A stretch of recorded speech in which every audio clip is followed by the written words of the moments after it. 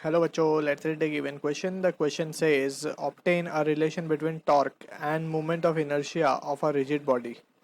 So to understand this question we need to understand about the concept of torque acting on a rotating body. So torque acting on a rotating body की जब हम बात करते हैं torque on rotating body. So पहले इसको समझते हैं. Let's suppose we have a disc, ठीक, and this is the axis of rotation about which it can rotate. अभी रोटेट नहीं हो रही है, इट कैन रोटेट. अगर हम इस पे एक फोर्स लगाएं perpendicular to this and we can say कि एक्सिस ऑफ रोटेशन से इट इज ये आर बार का डायरेक्शन है हमारा, ठीक है. दिस इज एफ, हमने एफ इस तरीके से लगाया. तो यहाँ पे हम देख सकते हैं the torque is basically what, torque is R, R bar cross F बार.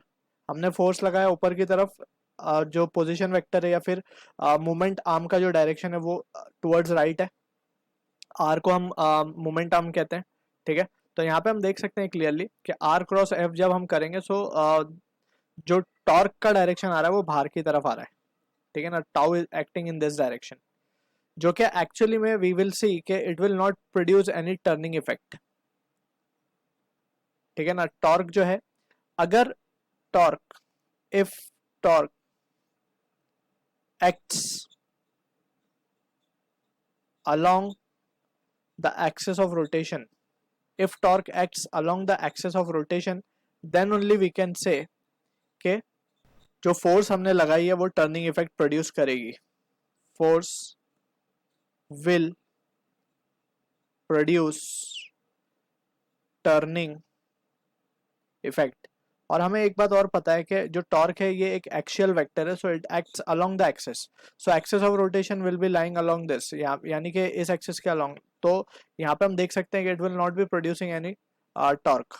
इसके अबाउट वो कुछ इस तरीके से ऊपर, मीन्स वी कैन से कि it will rotate in a vertical plane, not in the horizontal plane. और हमें इसे हॉरिजॉन्टल प्लेन में अगर रोटेट करना है सो हमें फोर्स का डायरेक्शन यहाँ पे बदलना होगा, सच दैट के जो टॉर्क का डायरेक्शन है it should be along the axis of rotation. ये हमारा एक्सिस ऑफ रोटेशन है. So this is a very important point that we need to keep in mind. So अब इसी को यूज करते हुए will try to analyse the given situation. अब let suppose we have a body, ठीक है ना. ये body, let's say we will consider a body, ठीक, and this body is rotating about this axis of rotation, ठीक है. अब यहाँ पे we will consider some point masses. Let's say हमने एक पॉइंट मास लिया m1, एक पॉइंट मास लिया हमने m2, एक ले लिया हमने m3. सो लेट्स से जो m1 है वो कुछ डिस्टेंस r1 पे है, m2 है वो कुछ डिस्टेंस r2 पे है, m3 है it is at some distance r3, ठीक. तो from this discussion we can say कि अब हमें अगर इसमें टॉर्क प्रोड्यूस करना है, and let's suppose the mass of the body is capital M and this is our axis of rotation. अगर हमें इसमें टॉर्क प्रोड्यूस करना है तो यहाँ पे अगर हम यही केस हमारा देखें, पहले वाला जो हमने देखा था, तो हमें टॉर्क किस डायरेक्शन में प्रोड्यूस करना होगा. We have to give a force in this direction. तो हम देख सकते हैं कि फोर्स मतलब इन हॉरिजॉन्टल प्लेन में हमें फोर्स लगाना होगा. सो अगर हम हॉरिजॉन्टल प्लेन में लगाएंगे तो R cross F will be in the upward direction, यानी कि अलॉन्ग एक्सिस ऑफ रोटेशन आएगा and then it will start to rotate in horizontal plane. So this is what the thing we need to keep in mind. तो यहाँ पे हमें इसको इस तरीके से F1 फोर्स लग रही होगी इसमें, तभी ये घूमेगा. सिमिलरली वी कैन से यहाँ पे जो फोर्स लग रही होगी will be in the upward direction F2 bar, and यहाँ पे जो होगा F3 बार. सो इस तरीके से वी कैन सी के forces are acting on the body so that it will be rotating in the horizontal plane.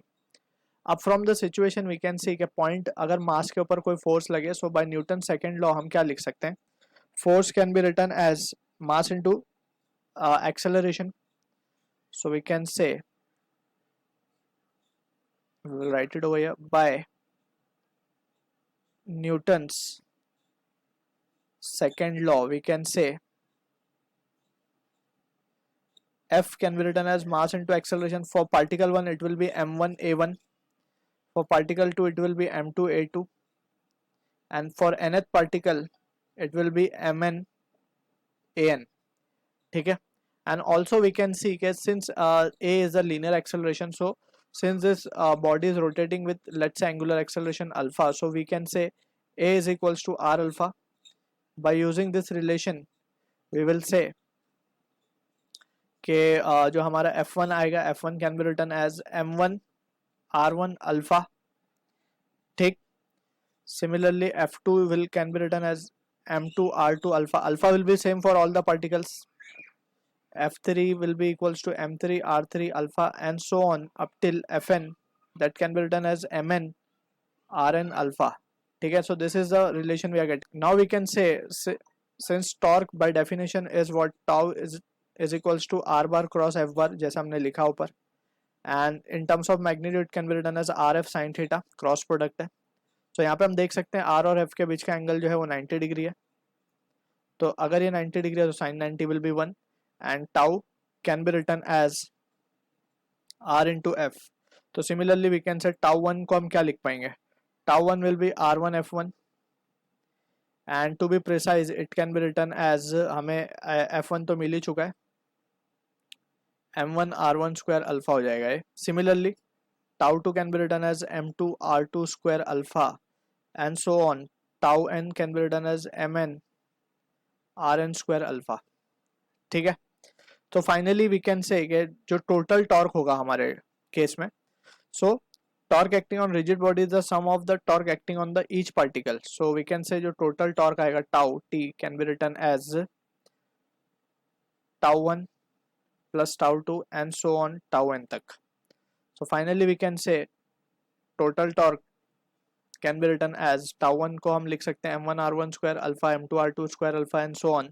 सो यहाँ से हम अल्फा तो कॉमन निकाल सकते हैं, and m1 r1 square m2 r2 square को can be written as summation of mi ri square, I starting from 1 and going up till n, and this value is nothing but it is moment of inertia. So we can say torque acting on the rotating body is I into alpha. So this is what the relation we have derived. Obtain a relation between torque and moment of inertia. So this is the relation we need to remember. I hope you understood the solution. All the best.